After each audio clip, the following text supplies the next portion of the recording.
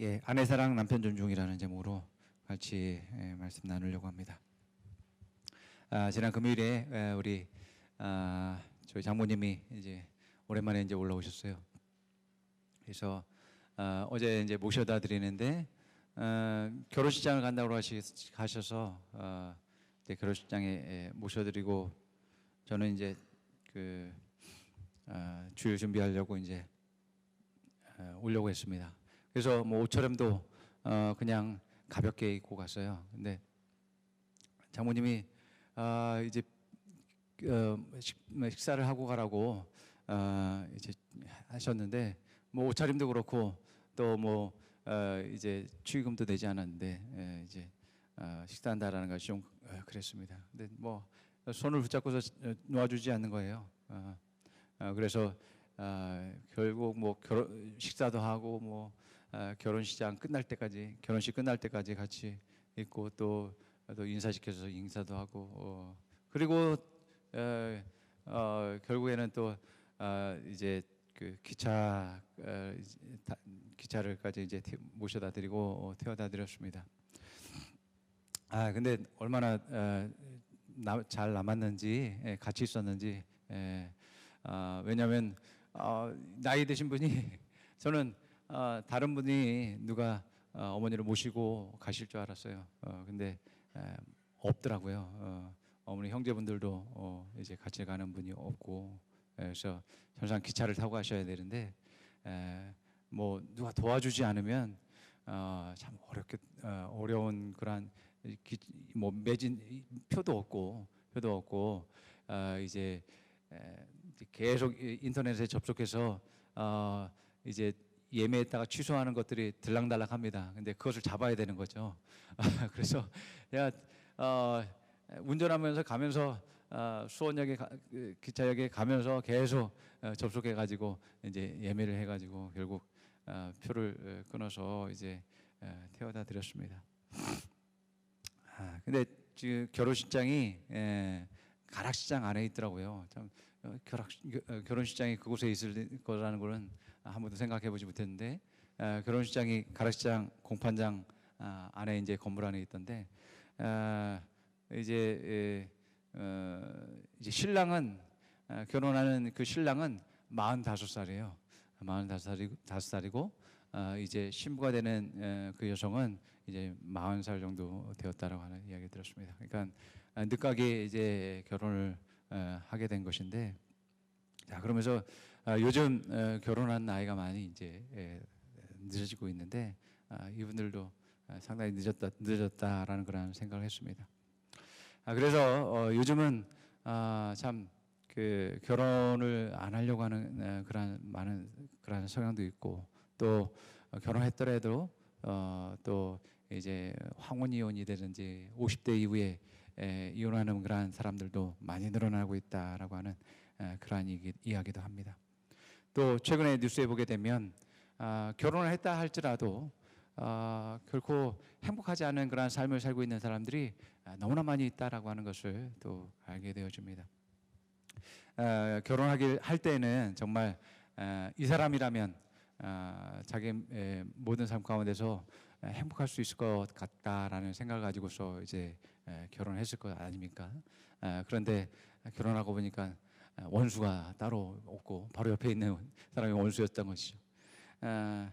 그래서 서로 이제 삶을 같이 나누면서 싸우기도 하고 또 이제 정말 원수 같아서 이제 정말 칼만 안 들었지 죽일 마음이 그 안에 계속해서 일어나는 그러한 일들이 일어나는 것들을 보게 됩니다. 그래서 우리가 신문에 뉴스에 보게 되면 정말 최근에 제주도에서 전 남편을 이제 살해한 그런 아내에 대한 그러한 뉴스도 우리가 보잖아요.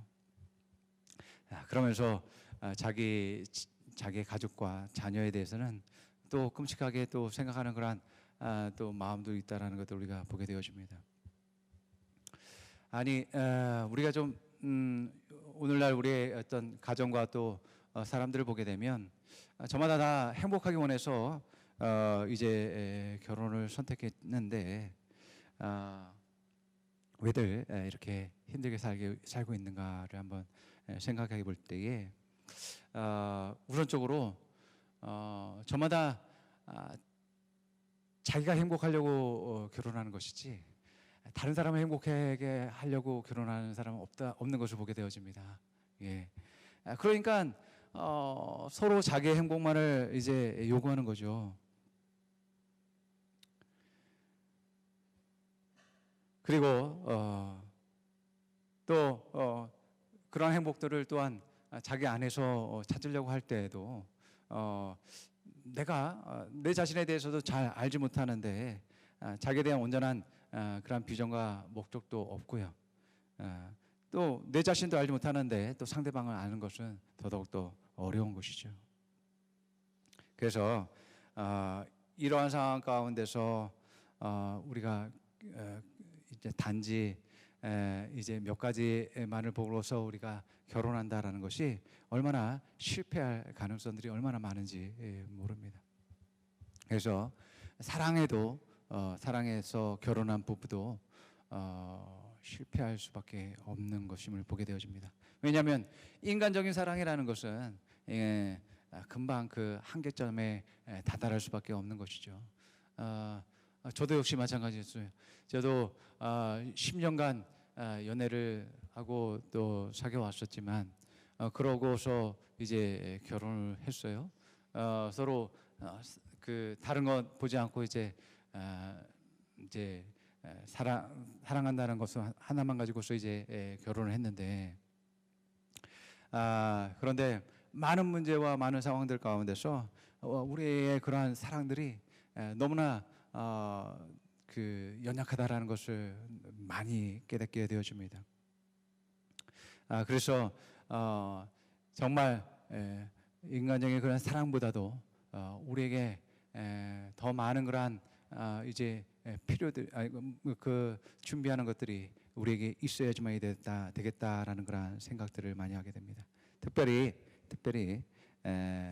정말 하나님이 우리로 하여금 서로 돕는 배필이 되어지게 하고 가정을 이루게 하는 것은 특별한 목적이 있는데 그 목적을 벗어나는 그러한 결혼과 가정이라는 것은 정말 위태롭다라는 것을 느끼게 되어집니다. 그래서 우리가 오늘 말씀 통해서 정말 이제 뭐 청년들과 또 이제 결혼을 앞둔 사람들 또 결혼을 한 분들 이제 모든 분들이 정말 내가 누구이고 또 내가 정말 상대방을 통해서 내가 얻고자 하는 거 또 내가 해야 되는 그런 비전과 목적들을 올바르게 갖추고 또 우리 가정이 하나님의 어떠한 목적 가운데 세워줘야 되는지 한번 깨닫는 그러한 시간 되었으면 합니다. 자, 먼저 참 제가 그 사모님을 사귀면서 참 제 나름대로 속을 많이 썩었습니다. 왜 그러냐면 여자를 사귀어본 적이 없었기 때문에 그 여성들의 그런 그 뭐죠 밀고 당기는 밀당을 하는 것에 대해서 제가 속이 막 터지겠는 거예요. 그리고 뭐 기다리는 것은 뭐 한 시간 한두 시간은 뭐 그냥 우습게 기다리는 거예요. 뭐 한 3-4시간 막 기다리고 그랬었던 적도 있고요. 그리고 사모님의 여러 가지 어떤 전략에 의해서 이렇게 오르락내리락하는 그런 일들 많이 했었던 것 같아요. 그러면서 도통 모르겠다 여자는 도통 모르겠다 그런 생각들을 했습니다. 실제로도 그런 얘기를 합니다. 남자는 리모컨 같다라고 합니다. 리모컨처럼 조작하기 쉽다라는 거죠. 몇 가지 버튼만 있으면 버튼만 알면 다 이렇게 다룰 수 있다라는 겁니다. 그런데 여자는 그 브리테니커 백과사전만큼의 그러한 정보를 가지고 있어야지만이 백과사전 같은 정보를 가지고 있어야지만이 여자를 알 수 있다라고 하는 그러한 이야기가 있습니다. 자, 이처럼 이제 여성들에 대해서 여자에 대해서 잘 모르는 그러한 시간 가운데 결혼해서도 참 잘 모르겠더라고요. 그런데 제가 최근에서야 조금 이해를 가지게 되었어요. 새로운 피조물의 계시를 만나고 또 이제 여러 책들과 또 이제 그 고민하는 가운데서 여러 가지 어떤 이해들을 갖는 그러한 일들이 일어났습니다. 그래서 먼저 우리가 남자가 어떻게 만들어지고 또 여성이 어떻게 이제 만들어졌는지 한번 우리가 살펴보려고 합니다. 자, 사람이란 어떤 존재라고 했죠? 사람은 영이고 또 혼을 가지고 있으며 육신 안에 사는 그러한 존재다라고 이제 말씀드렸죠. 자, 그 중에서 남자는 성경에서 보게 되면 흙을 재료로 삼아서 이제 하나님의 형상대로 빚어졌고 그 안에다가 하나님의 생기가 하나님의 생명이 이제 부어져서 이제 살아있는 그러한 존재가 영적 존재가 되었다고 성경은 말합니다.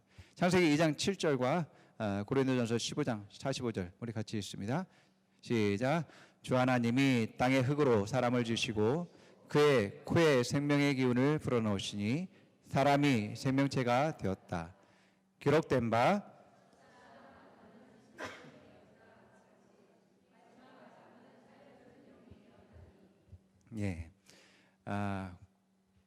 사람은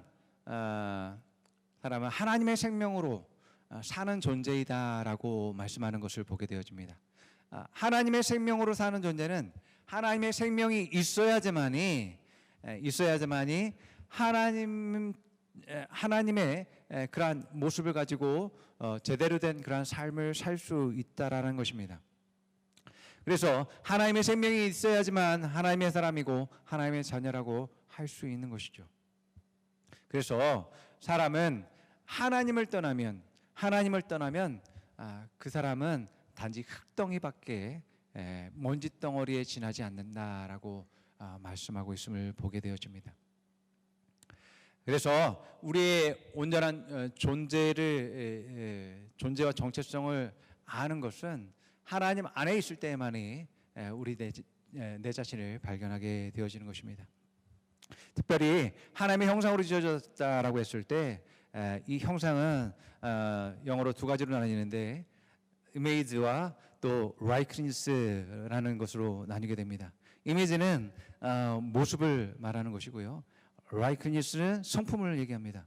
그래서 사람은 하나님과 같은 그런 모습을 가지고 있으며 또 하나님의 그러한 성품을 나타내는 그러한 존재로서 지어졌다라고 말하고 있습니다. 그래서 진화론에서 말하는 것처럼 우리가 짐승으로부터 출발한 것도 아니고 또한 짐승의 모습이 발전해서 이렇게 인간의 모습을 갖게 된 것이 아닙니다. 또한 우리가 우리의 본성과 또 우리의 성품이 이제 짐승처럼 살도록 이제 지어진 것도 아니라고 말하고 있는 것을 보게 되어집니다. 자, 성경은 뭐라고 말하냐면 하나님의 사람은 하나님의 생명과 하나님의 그런 본성을 가진 자로서 그러한 자기 정체성을 가지고서 온전히 하나님의 형상을 나타내야지만이 그 사람에게 이제 영광이 있게 되어지고 또 이 땅에 소망이 있게 되어진다라고 말씀하는 것을 보게 됩니다. 그래서 모든 피조물이 바라는 것은 위대한 리더가 나타나는 것도 아니고 위대한 대통령과 또 위대한 또한 이제 경제학자나 또 부유한 자가 나타나는 것도 아니고 오직 하나님의 형상 새로운 피조물이 이제 나타나는 것을 고대하고 있다라고 말씀하고 있는 것을 보게 되어집니다. 왜냐하면 하나님의 형상을 가진 자, 하나님의 생명과 본성을 가진 자들만이 이 땅에 생명을 줄 수 있고 치유하고 회복할 수 있기 때문에 이 땅에 있는 모든 피조물들이 이 새로운 피조물을 고대하고 기다리고 있다라고 말하고 있는 것입니다. 자, 바로 남자는 바로 하나님의 이제 생명으로 부어주시고 또 이제 흙을 재료로 해서 하나님 빚으신 하나님의 형상으로 빚으신 그러한 사람이라고 말했습니다. 자, 여자는 어떤 존재인가 하냐면 여자는 남자의 일부를 떼어내서 그 떼어난 그 부부의 하나님의 생명을 부어넣어 주신 존재가 바로 여성이다라고 말합니다. 그래서 여자의 탄생은 남자의 살과 뼈로 이루어져 있고요. 그 안에 하나님의 생명으로 채워졌다라고 말씀하고 있는 것을 보게 됩니다. 그래서 여성의 시작은 남자와 하나님의 생명이 결합된 그러한 형태임을 말하고 있습니다. 그래서 이제 겉으로 보여지는 것과 이제 그 안에 있는 그 생명 모두가 남자와 같은 것이죠. 그래서 창세기 2장 22절과 23절에 이런 말씀합니다. 같이 읽어봅니다. 시작. 주 하나님이 남자에게서 뽑아낸 갈빗대로 여자를 만드시고 여자를 남자에게로 데리고 오셨다. 그때에 그 남자가 말하였다. 이제야 나타났구나. 이 사람 뼈도 나의 뼈, 살도 나의 살. 남자에게서 나왔으니 여자라고 부를 것이다. 예, 남자에게서 나왔다라고 말합니다. 그래서 이 첫 번째 남자였던 아담이 이 하와를 보았을 때, 너는 나의 일부야, 너는 나야라고 이제 고백하는 그러한 말을 하는 것을 보게 되어집니다. 그래서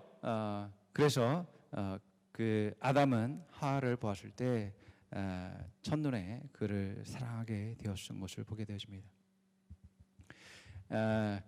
자, 에베소 5장 33절 같이 읽어봅니다. 시작. 그러므로 여러분도 각각 자기 아내를 자기 몸같이 사랑하고, 예, 사실 자기 몸같이 사랑하고라고 말하지만 사실 자기 몸이죠. 예, 자기 몸입니다. 그래서 여러분 남편들은 아내를 자기 몸이라고 생각해야 되는 것이죠. 그것이 맞는 것입니다. 그래서 그것이 당연한 것이고 아내를 사랑하는 것이 바로 나를 사랑하는 것이다라고 성경은 말하고 있습니다. 아내를 미워하면 나를 미워하는 것 같다라고 말씀하고 있는 것입니다. 자, 이제 이 여자에게도 남자와 마찬가지로 이 여자의 핵심도 그가 가지고 있는 생명도 하나님의 생명입니다. 그 여자에게 가장 중요한 것이 바로 하나님의 생명인 것이죠. 하나님의 생명이 여자에게 없다면 자기의 육신만을 바라볼 텐데 자기의 기초이고 기반인 육신이 뭐로부터 출발했어요? 남자의 살과 뼈로부터 출발했잖아요.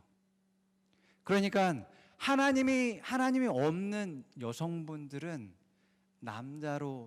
남편에게 집중되어 있는 것임을 보게 되어집니다. 그리고 하나님이 없는 여성들은 자기의 살과 뼈를 가지고 태어난 자녀에게 초점 맞춰줄 수밖에 없는 것이죠. 예, 하나님의 생명이 없고 또 하나님의 그러한 성품을 따라가지 않는 여성들은 이 두 가지에 초점 맞춰서 자기의 삶을 살게 된다는 것이죠. 그래서 끊임없이 이제 돕는 배필이라는 그러한 사명을 가지고 있지만은 잘못 기능하게 되어집니다. 그래서 남편과 아내를 돕는다고 하지만 끊임없이 다른 사람들과 비교하게 되고 또 비교해서 열등하면 시기하고 질투하고 이제 그곳에 자기에게 이제 자기 기준에 맞지 않으면 오히려 상대방을 원망하게 되는 그러한 일들을 하게 되는 것을 보게 되어집니다. 또한 반대로 남편과 자녀가 좀 잘 되었다라고 한다면 오히려 좀 교만해질 수도 있는 것이고요. 그래서 여성도 마찬가지로 남성과 여성 모두가 하나님의 생명이 없으면 결국에는 잘못된 것을 바라볼 수밖에 없고 잘못된 삶의 기준과 또한 잘못된 목적을 가지고 살 수밖에 없는 존재가 된다라고 말씀하고 있는 것입니다. 자, 그래서 하나님이 남자와 여자를 만드신 목적이 있는데 첫 번째는 혼자 있는 것이 하나님 보시기에 좋지 못했습니다. 창세기 2장 18절 같이 읽습니다. 시작. 주 하나님이 말씀하셨다. 남자가 혼자 있는 것이 좋지 않으니 그를 돕는 사람 곧 그에게 알맞는 짝을 만들어 주겠다. 예. 하나님은 아담이 혼자 있는 것이 좋지 못하다라고 말했습니다. 아담에게는 돕는 사람이 필요했다라고 하나님이 보신 것이죠. 그 하나님이 보시기에 이제 여러분들도 아시겠지만 혼자 사는 사람 남자의 그러한 집에 가게 되면 뭔가 좀 많이 부족해 보이죠. 또 퀴퀴한 냄새도 많이 나고 또 정돈도 되지 않고 이제 많이 부족한 점들이 보이게 되어집니다. 하나님 보시기에도 이제 혼자서 살아가는 그러한 모습이 온전하지 않다라고 보여줘서 이제 돕는 배필로서 이제 여성을 이제 만드신 것을 보게 되어집니다. 사실 아담은 혼자가 아니었어요. 아담은 하나님과 함께 동행하는 삶을 살았기 때문에 혼자가 아니었습니다. 그래서 하나님과 동행하는 그 삶은 그 자체로서 온전한 그런 삶이었습니다. 그렇지만 자신과 같은 돕는 배필이 함께하는 것이 하나님 보시기에 더욱 탁월하고 아름다운 삶이다라는 것을 하나님이 이제 아셨기 때문에 그러한 여성을 하나님이 이제 아담에게 데려온 것임을 보게 되어집니다. 또한 이제 하나님의 일을 위해서 돕는 배필이 필요했다라고 하나님 이제 말씀하시는 것을 보게 되어지는데요. 이제 하나님이 만드신 세상, 하나님의 이제 통치와 관리가 있어야 되는 그 세상을 이제 하나님의 형상을 닮은 하나님의 생명을 가진 그 사람이 이 세상을 다스리도록 통치하도록 하셨음을 보게 되어집니다. 여러분, 돕는 사람이 필요할 때 하나님은 어떤 직원과 같은 이제 채용을 해가지고 좀 더 능력이 있고 또 힘이 있고 또 지혜가 많은 그러한 사람을 이제 데리고 온 것이 아니었다라는 것을 보게 되어집니다. 힘으로만 보면 뭐 남자가 더 세겠죠. 그래서 아담에게 돕는 배필을 주기 위해서 정말 근육질의 남자를 아담에게 붙여준 것이 아니었음을 보게 되어집니다. 하나님이 하나님의 일을 위해서 보낸 이제 주신 사람은 하나님의 생명을 가지고 있으면서 나와 같은 나의 살과 뼈로 이루어진 그러한 아내였음을 보게 되어집니다. 곧 남자가 낳은 여자였음을 보게 되어지죠. 자, 그래서 우리가 하나님의 일을 하는 데 있어서 가장 좋은 파트너는 바로 아내고 남편임을 보게 되어집니다. 그래서 정말 하나님 안에서 연합된 부부는 최고의 파트너다라고 말씀하고 있음을 보게 되어집니다. 실제로 여러분 이제 하나님이 없음에도 불구하고 부부가 서로 사랑하면서 이제 잘 연합하는 그러한 사람은 또 삶에서의 최고의 그러한 동반자이자 파트너다라고 말하는 것을 보게 되는데요. 이제 미국의 주식가부인 워렌 버핏이 한 다큐에서 이런 얘기를 했습니다. 내 삶에 있어서 두 번의 전환점이 있었는데 첫 번째는 세상에서 태어난 것이고 두 번째는 내 안에 수지를 만난 것이다 라고 말했다고 합니다. 또 빌 게이츠의 부인 멜린다 게이츠도 이런 말을 했어요. 인생의 파트너를 고른다면 누구를 고를지가 아마도 당신의 인생에서 가장 중요한 결정일 것입니다. 이 결정은 당신의 직업이 무엇인지, 당신이 어느 고등학교를 거쳐 어느 대학교를 나왔는지보다도 훨씬 더 중요한 결정입니다. 자, 그러면서 미국의 이제 로버트 윌딩어라는 그런 박사가 이런 얘기를 합니다. 대부분의 부모는 자녀에게 공부를 잘하라는 말을 가장 많이 할 것입니다. 하지만 자녀가 100년의 인생의 삶을 산다면 그 인생에서 가장 중요한 것은 공부도 아니고 어떤 배우자를 만나느냐에 달려 있습니다. 내 자녀의 행복은 며느리가 결정하고 사회가 결정하는 것입니다. 부모의 가장 큰 역할은 내가 옳다고 생각하는 방향으로 자녀를 끌고 가는 것이 아니라 사람들과 어떻게 좋은 관계를 맺을 수 있는지 그들을 도와주고 그 관계 속에서 행복을 찾는 방법을 이제 깨닫게 하는 것입니다라고 말했습니다. 예, 그렇죠. 여러분, 제가 저희 부모님과 산 것은 거의 뭐 20년이 전부입니다. 뭐 20살 때부터 집을 떠나서 살았기 때문에 그들은 제가 많은 부분들을 결정하고 선택해야지만이 되었죠. 20살 때부터 저희 아내를 만났기 때문에 저의 모든 뭐 제가 지금 50이 넘었기 때문에 이제 부모님과 산 시간보다도 아내와 산 시간이 더 많죠. 또 앞으로도 아내와 살 날이 더 많이 있는 거죠. 예, 그렇기 때문에 내가 공부하는 시간보다도 또 내가 뭐 직장 갖고 뭘 하는 시간보다도 아내와 같이 하는 시간이 더 많고 길기 때문에 나에게 막대한 영향을 끼치는 사람인 것입니다. 그래서 그렇기 때문에 내 인생에서 가장 중요한 사람이죠. 그 사람이. 그렇기 때문에 결혼은 너무너무 중요합니다. 그래서 이 부부가 최고의 파트너가 되어야 되고 하나님은 이 최고의 파트너로서 남편과 아내로 주시고 돕는 배필이라고 말씀하시는 것을 보게 되어집니다.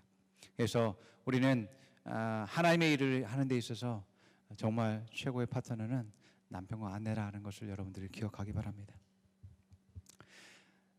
자, 이러한 남자와 여자로서 하나님이 만드셨고 또한 특별한 목적을 하여서 이제 만드셨음을 보게 되어집니다. 그러면서 이제 결혼을 하게 되어지죠. 결혼하는 데 있어서 무엇보다 중요한 것은 내가 필요로 해야 된다라는 것입니다. 내가 필요로 해야 된다. 결혼하지 않는 사람은 왜 결혼하잖아요?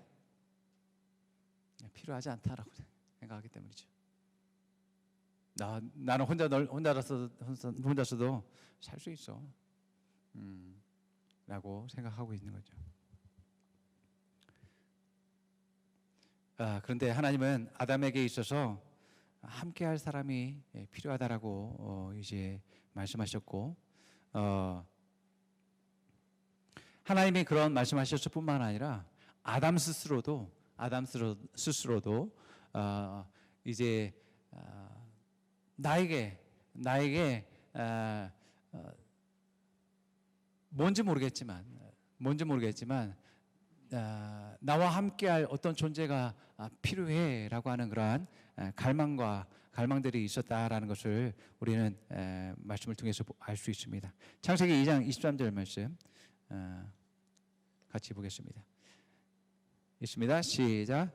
주 하나님이 남자에게서 뽑아낸 갈빗대로 여자를 만드시고 여자를 남자에게로 데리고 오셨다. 그때 그 남자가 말하였다. 이제야 나타났구나. 예.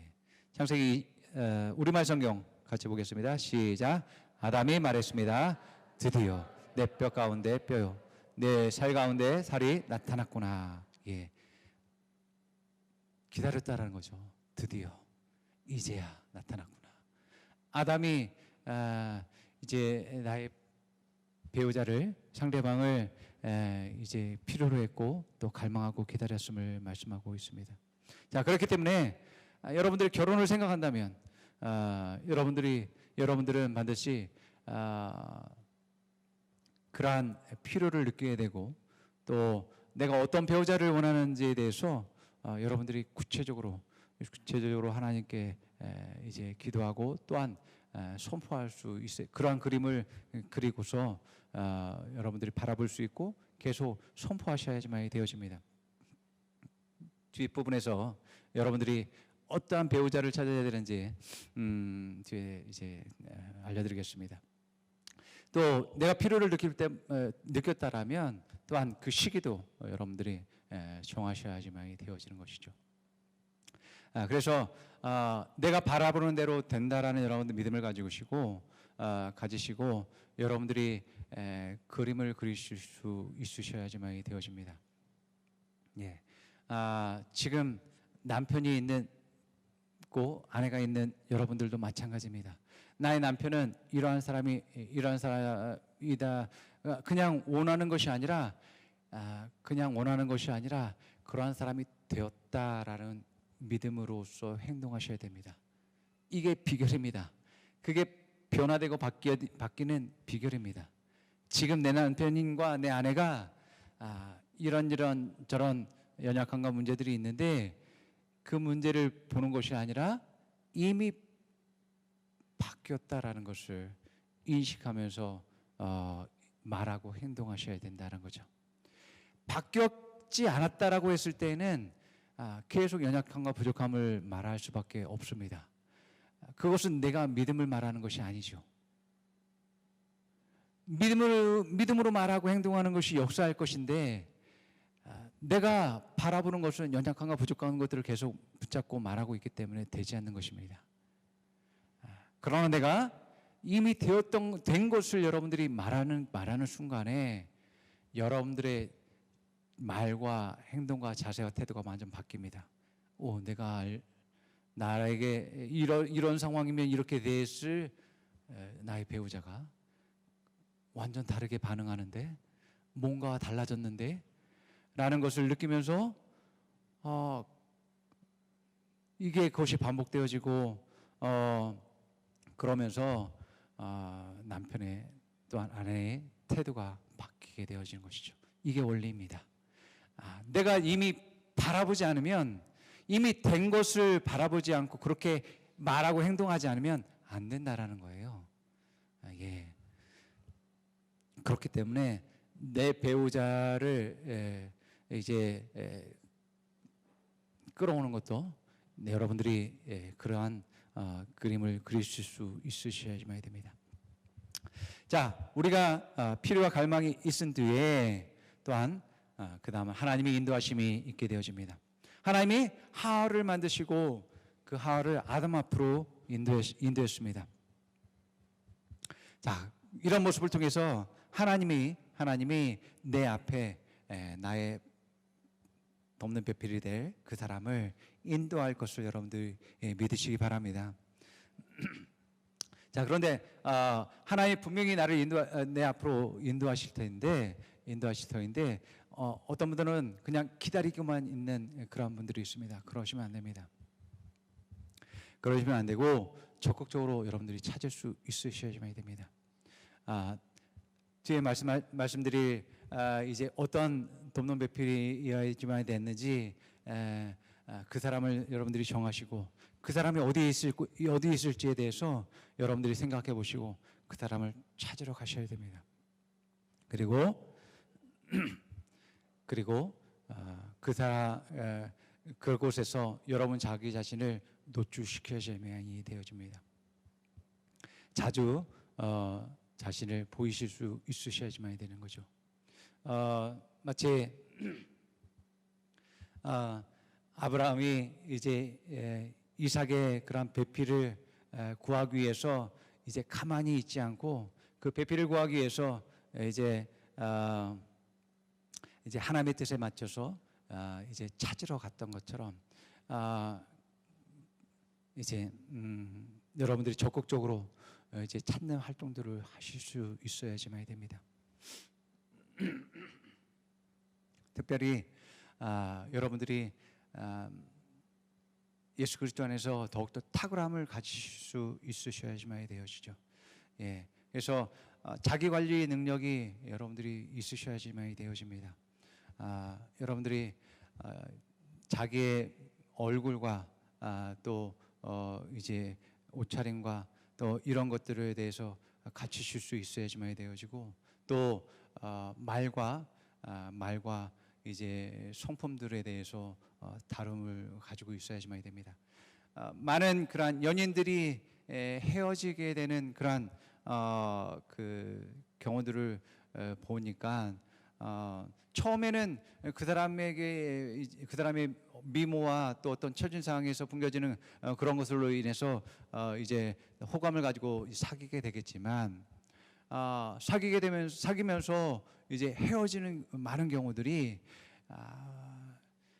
말과 이제 잘못된 그러한 성품으로서 나오는 서로 존중할 줄 모르는 그러한 모습에서 실망해서 헤어지는 경우가 대부분이다라고 말하는 것을 보게 되어집니다. 예, 그러니까 우리의 모습과 이제 올바른 태도를 갖추는 것은 이제 다른 사람들로부터 이제 호감을 갖고 또 하나님의 인도하심을 찾는 데 있어서 중요한 것이다라는 것입니다. 자, 이런 하나님의 인도하심이 있을 때에 또 우리는 나의 배필을 볼 수 있는 눈을 가지고 있어야지만 됩니다. 어떤 배필이냐면 너는 나야라고 할 수 있는 그 사람, 너는 나와 같은 모습과 성품을 가졌고 나와 같은 생명을 가졌어 라고 말할 수 있어야지만 된다는 거죠. 그래서 창세기 22장 23절에 말한 것처럼, 아담이 말한 것처럼 이 사람 뼈도 내 뼈고 살도 나의 살이야 라고 말하고 있죠. 이것은 나와 같은 그러한 형상과 수준을 가지고 있는 사람이다 라고 말하고 있는 것입니다. 자, 여러분들은 하나님의 앞서서 여러분들이 어떤 존재이다라는 것을 말씀드렸죠. 남자와 여자가 어떤 존재이다라는 것을, 어떤 정체성을 가지고 있다라고 말씀드렸습니다. 그렇기 때문에 나의 배필도 이 새로운 피조물의 그러한 계시를 가지고 있는 사람이고 하나님의 생명을 가지고 있는 사람이 되겠죠. 또한 같은 생각과 같은 말과 같은 행동을 하는 사람이어야 될 것입니다. 그리고 같은 비전과 목적을 가지고 있는 사람이어야 될 것입니다. 그리고 내가 이제 남자와 여자가 한 몸이듯이 또 교회도 한 몸이라고 표현한 것을 우리가 성경에서 보게 되어집니다. 이 몸은 모든 같은 한 삶을 살도록 지어졌다라고 하는 것이죠. 그렇기 때문에 교회의 비전과 일치하는 그 사람을 이제 돕는 배필로 찾는 것은 너무나 당연합니다. 그래서 하나님의 생명을 가지고 있고 또 하나님의 말씀과 같이 말씀을 가지고 생각하고 말하고 행동하는 사람이어야지만 되어지고 또 이제 교회의 비전과 같은 비전을 가지고 있는 사람이어야지만이 될 것입니다. 그래서 그 사람을 볼 때마다 보면 볼수록 만나면 만날수록 나와 같다라는 것을 느낄 수 있어야지만 되어집니다. 그러나 사실 이러한 조건을 갖추고 또 맞는 사람을 찾는 것은 사실 참 어려운 일이기도 합니다. 그런데 여러분들 실망하지 않아도 되는 것이 어떤 사람들은 이제 내게 호감을 가지고 있고 또 나와 같은 생명을 가지고 있고 호감을 가지고 있고 있어서 뭔지 모르겠지만 나와 모든 것을 나누고자 하는 그런 사람이 있을 것입니다. 그래서 이 복음과 또 이제 이 비전을 나의 비전으로 삼겠습니다라고 하는 그런 사람들은 가능성이 있는 것입니다. 그래서 그런 사람들을 세워서 이제 어차피 돕는 이제 상대방을 세우고 또 성장시키고 발전시키려는 그러한 책임들을 가지고 있기 때문에 예, 그렇게 세워서 이제 돕는 배필로서의 이제 협력하고 또 선을 이루는 그러한 일들을 해야 하는 것이 맞는 것이죠. 자, 돕는 배필이라고 했을 때 무엇을 위해서 돕는 배필이고 또 누구를 위해서 돕는 배필인가를 우리가 좀 살펴보기 원하는데요. 먼저는 하나님의 부르심과 목적을 위해서 서로 돕는 배필이 되어야지만이 됩니다. 앞서 말씀드린 대로 많은 결혼을 선택하는 많은 사람들이 실패하는 이유가 이제 자기 행복만을 바라보면서 결혼한다는 것이죠. 그래서 결혼했지만 앞서 남편과 아내의 차이가 화성의 여자, 금성의 뭐 남자처럼 이제 뭐 지질도 다 다르고 이제 그 거리도 상당한 그 차이가 있는 것처럼 이제 너무나 다른다는 거죠. 너무나 다른 생각과 또 삶의 양식들을 가지고 있는 것을 보게 되어집니다. 그래서 이제 통계학적으로 결혼한 사람들이 3년이 위기랍니다. 3년.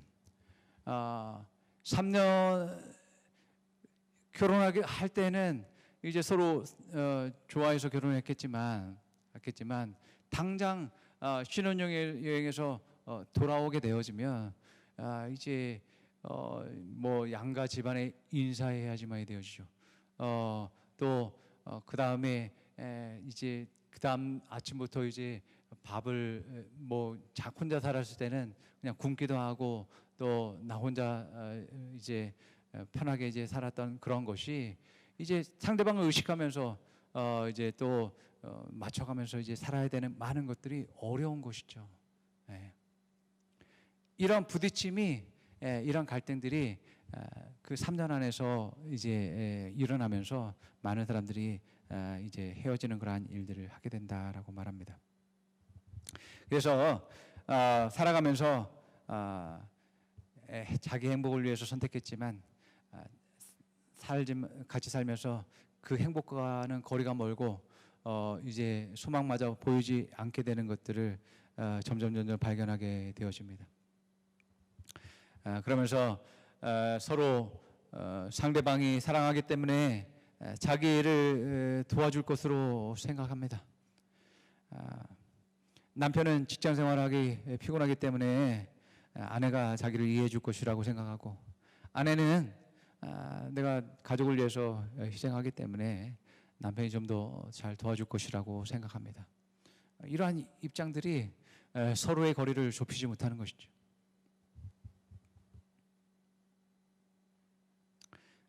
자, 이렇게 자기 행복만을 위해서 선택하는 그러한 결혼들의 문제점들을 우리가 보게 되는데 먼저 결혼은 하나님의 부르심과 목적을 위해서 해야지만 되는 것입니다.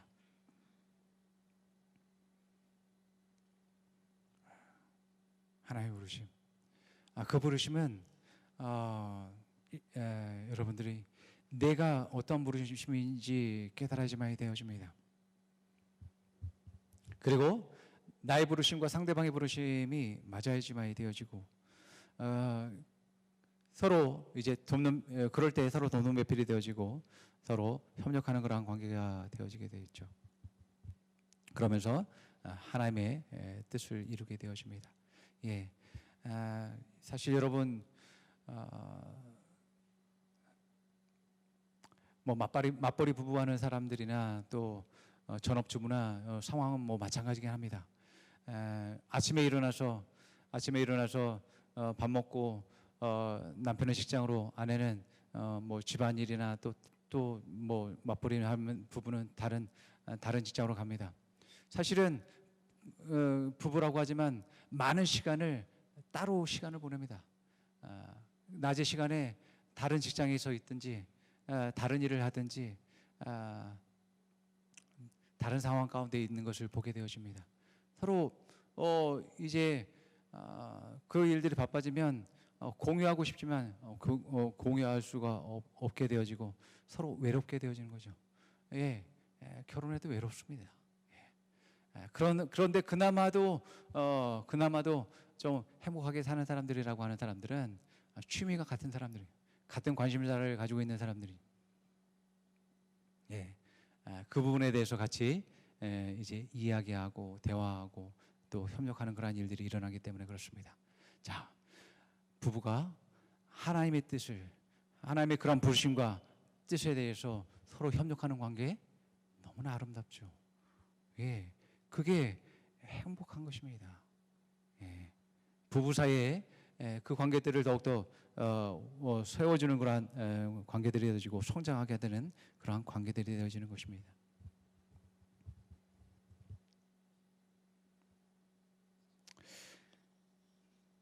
자, 돕는 배필은 하나님의 일을 위한 것뿐만 아니라 두 번째는 상대방을 도와서 하나님의 뜻을 이루는 목표를 갖는 것입니다. 자, 그래서 돕는 배필이기 때문에 돕는다의 가치는 얼마나 도움이 되느냐에 있는 것이죠. 돕는 배필이라고 하지만 맨날 그 걸림돌이 되고 방해만 된다라고 하면 돕는 자라고 할 수 없죠. 자, 우리가 상대방에 대해서 이제 돕는다고 했을 때는 정말 핵심적이고 유익한 도움은 그 사람이 영적으로 성장하고 발전하는 것입니다. 영적으로 성장을 왜 해야 되냐? 우리가 영적으로 성장하면 할수록 더욱더 하나님을 알게 될 뿐만 아니라 하나님의 뜻을 이루게 되어집니다. 하나님의 뜻을 이루게 된다는 것은 내가 삶 가운데서 문제 해결 능력들을 더 갖는다라는 것이죠. 자, 내가 더욱더 문제 해결 능력을 갖게 되어진다면 나는 나의 모든 삶의 모든 많은 분야의 가운데서 탁월하게 할 수 있게 되어지고 계속해서 승리하고 성공하게 되어지는 것이죠. 자, 그렇기 때문에 그리스도인에게 있어서 정말 중요한 것은 영적으로 성장하는 것이고 그 성장하는 데 있어서 우리 부부가 연합되어지고 또 돕는 배필로서 쓰여져야 된다라고 말씀하고 있는 것입니다. 자, 그럼 어떻게 도울 수 있는가? 그것은 뒷부분에서 말씀드리겠습니다. 결론은 이것입니다. 남편은 아내를 사랑하는 것이고 아내는 남편을 존중하는 것입니다. 자, 또한 돕는 배필이 또 중요하게 생각해야 될 것은 나의 자녀를 하나님께 드려야지만 되어집니다. 자, 여러분의 자녀는 어떻게 태어났습니까? 부모의 육신을 가지고 태어났죠. 자, 그렇기 때문에 내가 그리스도인이지만 내가 그리스도인이라고 해서 나의 자녀도 하나님의 자녀라고 할 수 없습니다.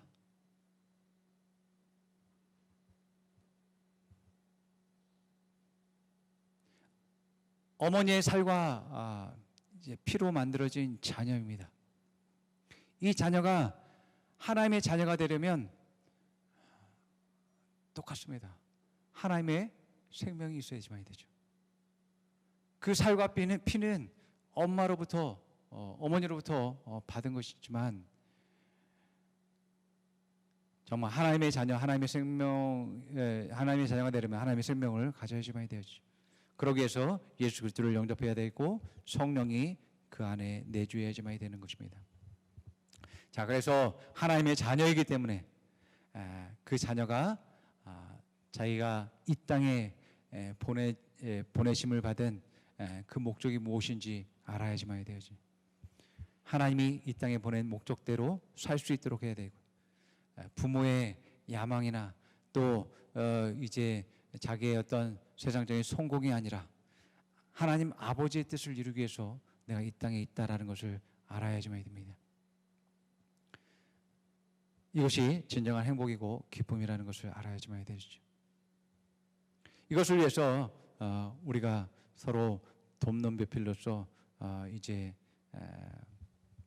도와야지만 되어집니다.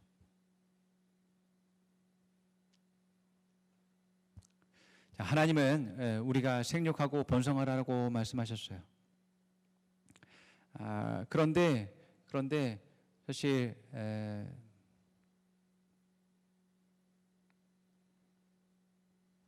이 말씀은 이 말씀은 하나님의 생명을 가진 자들이 생육하고 번성하기를 원하신 것이지 하나님의 생명이 없는 사람들이 생육하고 번성하는 것을 하나님이 원치 않으셨음을 보게 됩니다.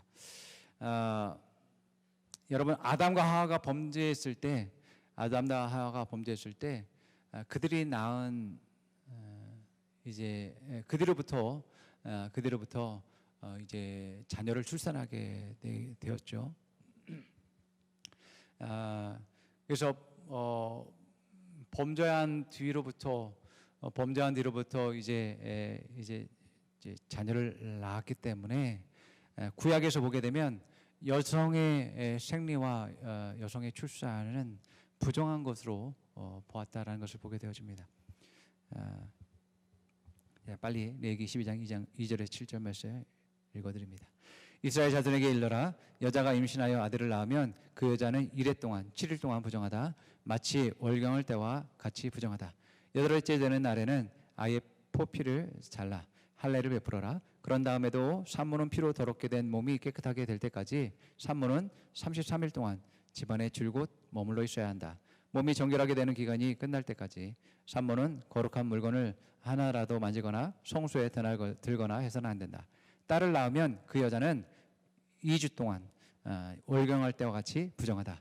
피로 더럽게 된 몸을 깨끗하게 될 때까지는 산모는 66일 동안 집안에 줄곧 머물러 있어야 한다. 아들을 낳았든지 딸을 낳았든지 몸이 정결해지기는 기간이 끝나면 산모는 범죄로 바칠 1년 된 어린 양 한 마리와 속죄제로 바칠 집비둘기 새끼 한 마리나 산비둘기 한 마리를 회막 어기로 가져다가서 제사장에게 바쳐야 한다. 제사장은 그것을 받아 주 앞에 바쳐 그 여자를 속죄하여 주어서 깨끗하게 해야 한다.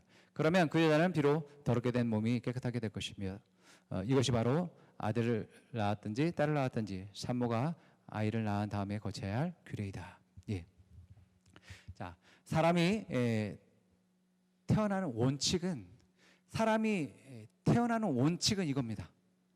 하나님이 빚으셔야 되고 하나님의 생명을 줘야지만 온전한 것입니다. 아멘. 예. 그런데 아담과 하와는 하나님이 없이 육신적인 관계로 자녀를 낳았어요. 이것이 죄의 결과라는 겁니다.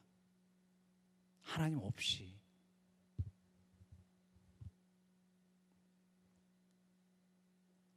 이러한 자녀는 하나님의 생명이 없이 여자의 살과 피로만 이루어져서 태어나게 되어집니다. 그래서 자녀를 낳는데도 엄청난 고통과 아픔을 동반해야지만이 되었습니다. 이것이 인간적인 그러한 사람의 탄생입니다. 그렇기 때문에 성경은 사람이 한번 태어나면 육신적인 사람은 거듭나야 된다고 말하고 있는 거예요. 하나님의 생명으로 다시 태어나야 된다고 말하고 있는 것입니다. 자, 하나님이 사람에게 생육하고 번성하라고 말씀하신 것은 바로 이러한 육신적인 사람이 번성하는 것을 말하는 것이 아니라 하나님의 형상과 하나님의 그런 생명을 가진 사람들이 생육하고 번성할 것을 말씀하라고 하신 것이죠. 그래서 그러한 사람들이 하나님의 형상을 세상에 나타내고 세상에 생명을 주고 치유하고 회복하는 일들을 해야지만이 되어집니다. 시간이 많이 없네요.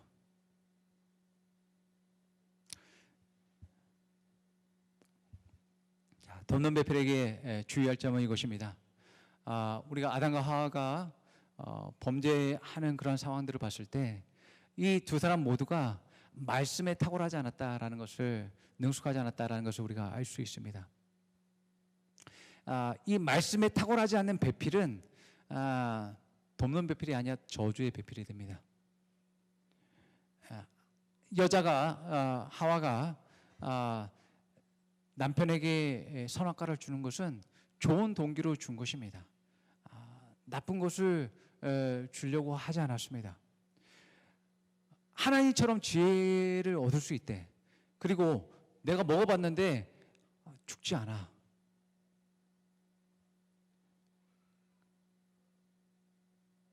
그러면서 남편에게 유익한 것을 자기가 해봤더니 주었다고 생각하기 때문에 그 유익한 것을 여자에게 남자에게 주었던 것을 보게 되어집니다.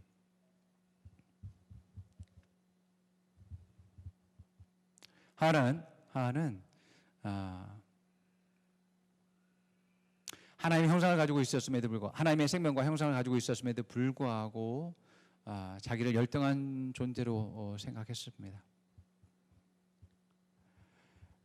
또 이제 말씀을 말씀대로 이제 믿고 또 순종하지 않았기 때문에 제대로 된 그런 돕는 배필로서의 역할을 하지 못하게 되었죠. 남자도 마찬가지죠. 아담도 말씀을 벗어나면서 더 이상 동산을 관리할 이제 책임자로서 있을 수가 없게 되었습니다.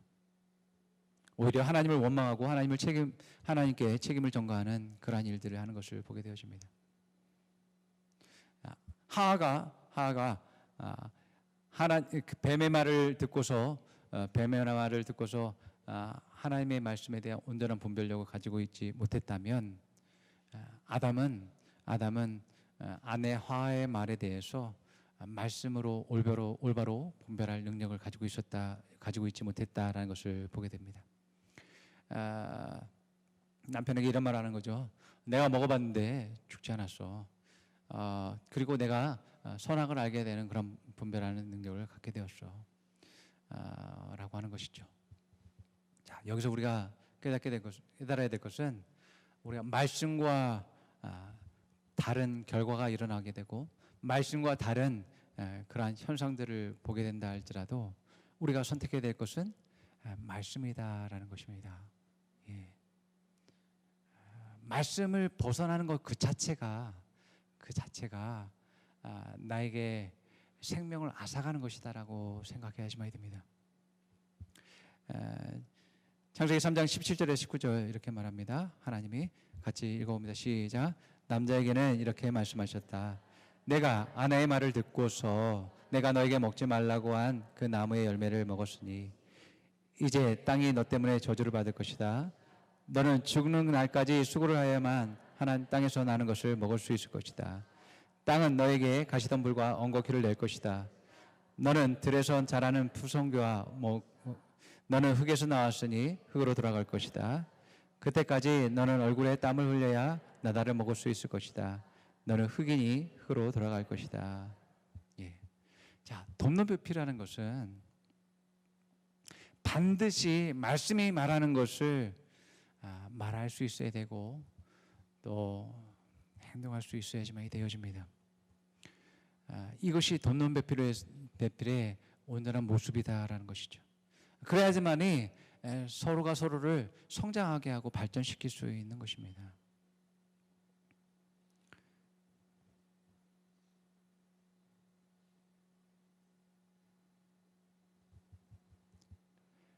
자, 돕는 배필의 또 다른 중요한 것은 오늘 설교 제목과 같습니다. 남편은 아내를 사랑해야 되고 아내는 남편을 존중해야 합니다. 자, 남편이 아내를 어떻게 사랑해야 되는가? 첫 번째는 남편들은 아내를 자기 몸같이 사랑해야 된다고 말합니다. 에베소서 5장 28절에서 29절 같이 읽어봅니다. 시작. 이와 같이 남편도 아내를 자기 몸과 같이 사랑해야 합니다. 자기 아내를 사랑하는 것은 곧 자기를 사랑하는 것입니다. 자기 육신을 미워하는 사람은 없습니다. 누구나 자기 육신을 먹여 살리고 돌보기를 그리스도께서 교회를 그렇게 하였듯이 합니다. 예. 자, 남편과 아내는 한 몸이라고 말하죠. 그렇기 때문에 아내를 사랑하는 것은 곧 나를 사랑하는 것입니다. 그래서 여러분들이 내게 유익이 없다? 유익이 없다? 좀 생각해 보시기 바랍니다. 내가 좀 아내를 덜 사랑했나? 제대로 한번 사랑해 볼까? 한번 사랑해 보시기 바랍니다.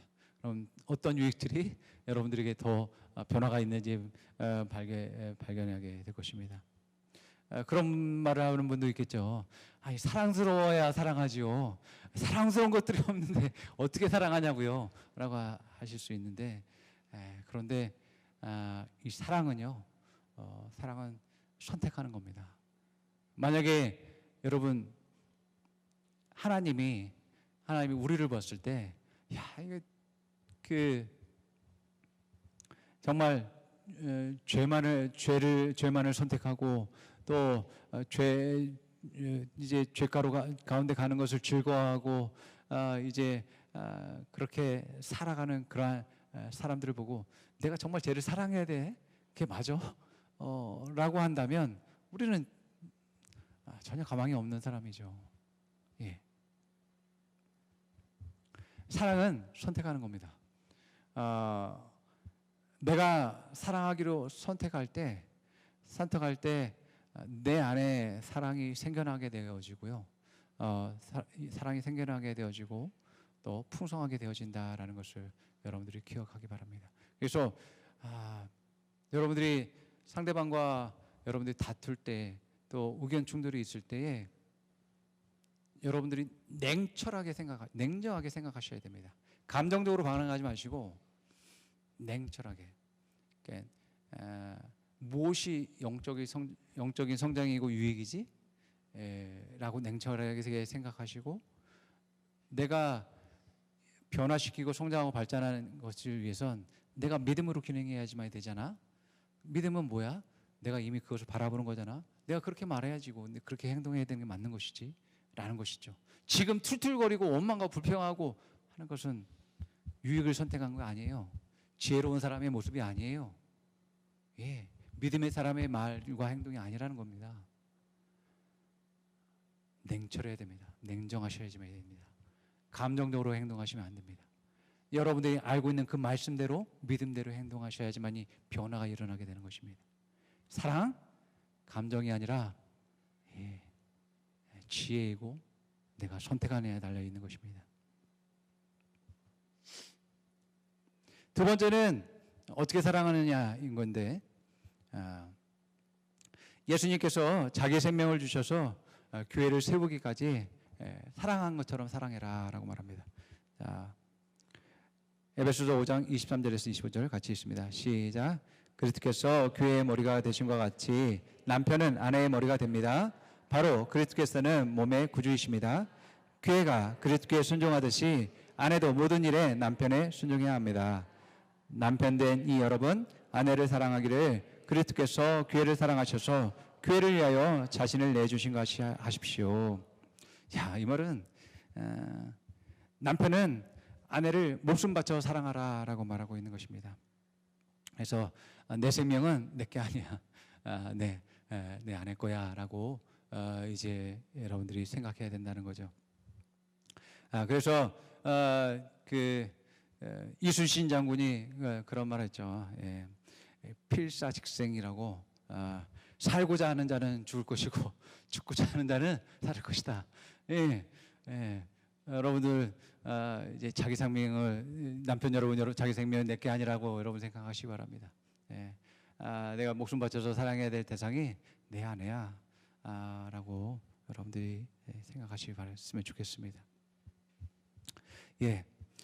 자, 남편은 아내를 어떻게 하라고요? 말씀을 하셔야죠. 남편 여러분, 아내를 어떻게 하라고요?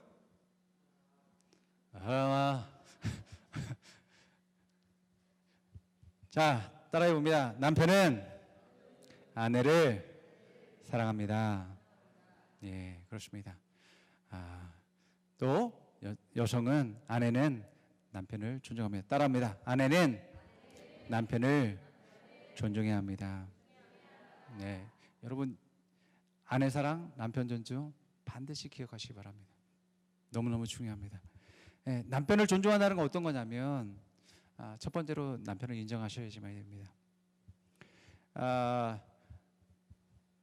앞서 말씀드린 대로 남편이 아내가 사랑스러워야지 사랑하죠 라고 하는 것처럼 아내도 마찬가지입니다. 남편에 대해서 존경스러워야지 존경하죠 라고 합니다. 존경할 건덕지도 없는데 뭐 어떻게 존경하라고 합니까? 뭐 돈도 제대로 벌어오지 않죠. 또 뭐 건강도 뭐 제대로 뭐 좋은 것도 아닌 것 같고 또 사회적인 어떤 지위나 영향을 봐서도 그런 것 같고 또 내 기준에 비춰서 전혀 기준에 부합되지 않는 그러한 사람이 아니기 때문에 내가 인정할 수 없다라는 것은 잘못된 것입니다. 내 지혜와 내 판단으로 남편을 인정하는 것이 아닙니다. 남편의 권위는 하나님이 세우신 것이에요. 그래서 하나님이 이제 최고의 권위를 가지고 계신 분이시기 때문에 하나님이 남편을 가정의 머리라고 했기 때문에 단순히 그 하나님 말씀하셨기 때문에 내가 인정하는 겁니다. 뭐가 있기 때문에 인정하는 것이 아니라 하나님 말씀하셨기 때문에 인정하는 것이죠. 그것이 곧 바로 하나님을 인정하는 것입니다. 그래서 있는 그대로 여러분들이 그냥 인정하고 존중하실 수 있어야지만 됩니다. 두 번째로 남편을 존중한다는 것은 우리가 상대방의 입장에서 좀 생각할 수 있어야 되고 배려할 수 있어야지만 되어집니다.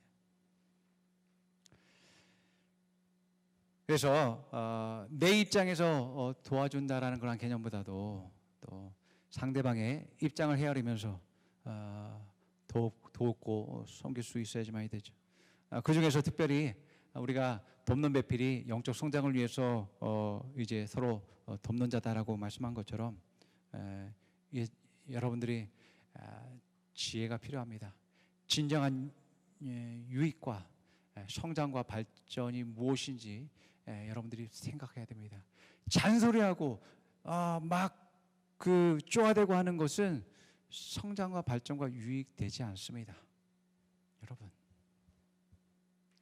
내가 옳은 말을 하는 것 같다라고 생각하지만 성장과 발전하는 것이 아닙니다. 왜요? 벌써 그런 말을 듣는 남편은 그 말을 받아들이지 않습니다. 마음 가운데 불편을 가지고 있는 거죠. 저는 저만 그런 줄 알았어요.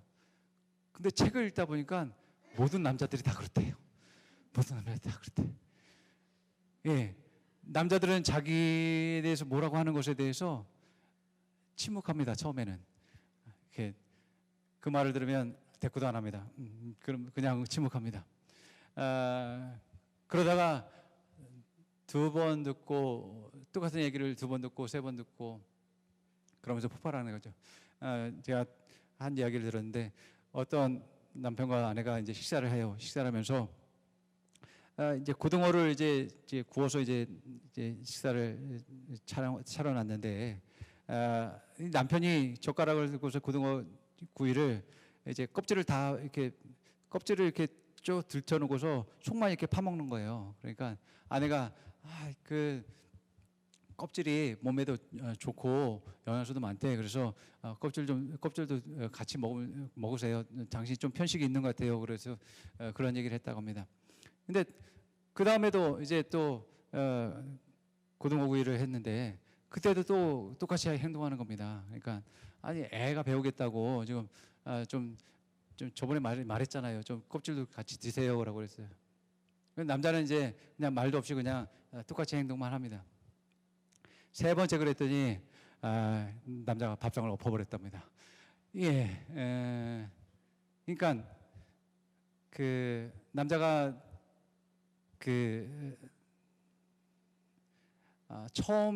처음부터 그런 얘기를 하지 않는 것은 남자는 자존심이 있는 거예요. 그러니까 어렸을 때부터 그렇게 자라왔습니다. 이게 조금 불편하고 좀 힘든 것이 있다 할지라도 남자는 그것에 대해서 사삭 일일이 반응하면 쪼잔하거나 남다답지 못하다라는 그러한 이야기들을 들어왔습니다.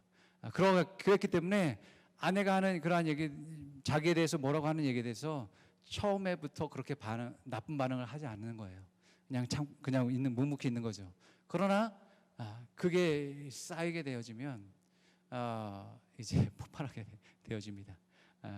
그러니까 사실은 우리 아내로서는 돕는 배필로서 올바른 것이 무엇인지에 대해서 그런 책임들을 막중하게 갖고 있다라고 생각하지만 사실은 그 지혜로워야 될 필요가 있는 것이에요. 그 지혜라는 것은 진정한 유익을 위해서 여러분들이 선택하실 수 있는 안목을 가지고 있어야지만 된다는 겁니다.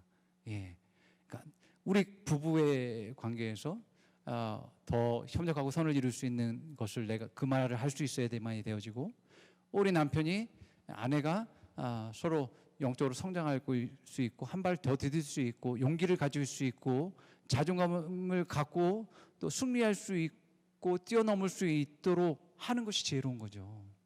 그게 유익을 선택하는 것이죠. 지금 옳은 말을 한다라고 하는 것이 정말 지혜인지를 한번 살펴볼 필요가 있다는 것입니다. 그래서 상대방의 입장에서 배려하는 것이 존중하는 것이고, 세 번째는 남편에 대해서 여러분들 격려와 칭찬을 자주 하시기 바랍니다. 남자와 고래는 같습니다. 남자와 고래는 같습니다. 이것은 뭐 새끼 고래나 그 큰 고래나 똑같습니다. 예, 그 남자의 애들도 마찬가지지. 어른도, 남자 어른도 마찬가지입니다. 무엇을 하면 잘했다라고 하고요. 또 무엇을 하려고 하면 잘할 수 있어라고 격려하고 여러분 칭찬해 주세요. 그래서 어떤 지혜로운 여성은 그런다라고 해요.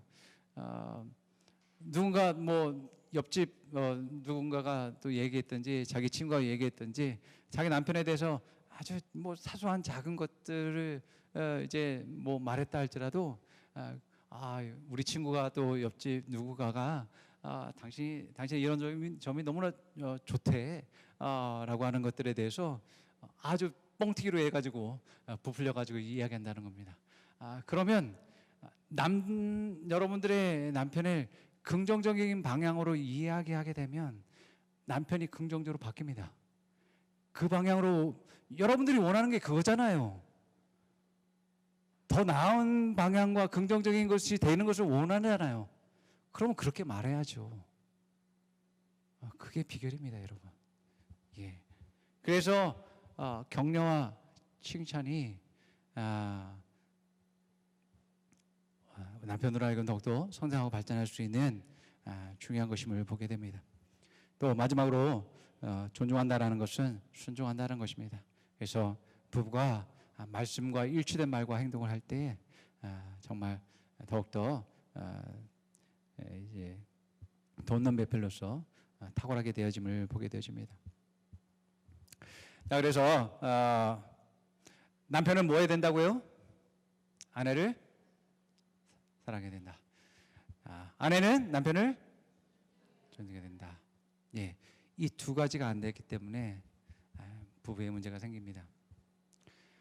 남편은 아내를 존중하면 안 됩니다. 남편은 아내를 사랑해야 돼요. 아내는 남편을 사랑하는 것이 아니라 뭐 한다고요? 존중해야 된다. 예. 이것을 여러분들이 곰곰이 묵상하시고 생각해 보셔야지만 됩니다. 그래서 어떻게 내가 사랑해야 되는가? 또 어떻게 내가 존중해야 되는가를 깨달아야지만 되어지죠.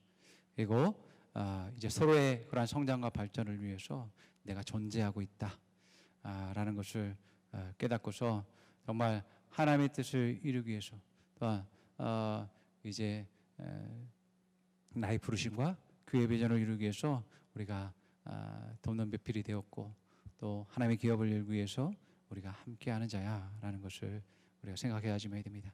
그래서 가정은 교회의 아주 기초적인 그러한 단위라고 할 수 있습니다. 하나님의 형상과 하나님의 생명을 가진 사람이 연합했습니다. 그 연합을 통해서 이제 하나님의 자녀가 태어나게 되어지고 그 하나님의 자녀가 또다시 이제 하나님의 부르심을 따라서 나아가면서 성장하게 되어지고 그 성장한 자녀가 또 이제 하나님의 형상을 닮은 자와 이제 연합해서 가정을 이루게 되어집니다.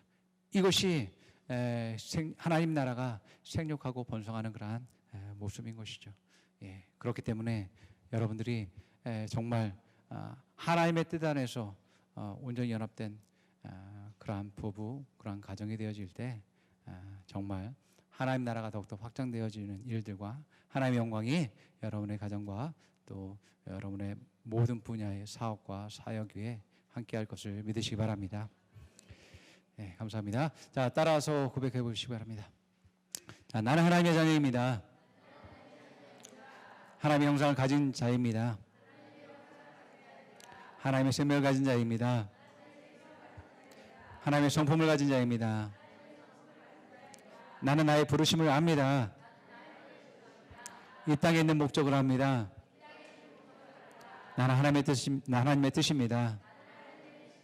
나는 하나님의 영광입니다. 나는 협력하여 선을 이루는 자입니다. 나는 돕는 배필입니다. 나는 아내를 사랑합니다. 나는 남편을 존중합니다. 옆 사람에게 당신은 하나님의 자녀입니다. 당신은 하나님의 영광입니다.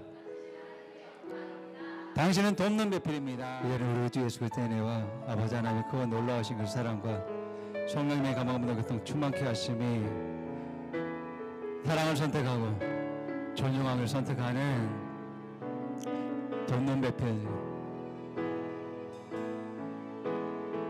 예수 그리스도 안에서 생육하고 번성함이 이제로부터 영원토록 함께할지어다.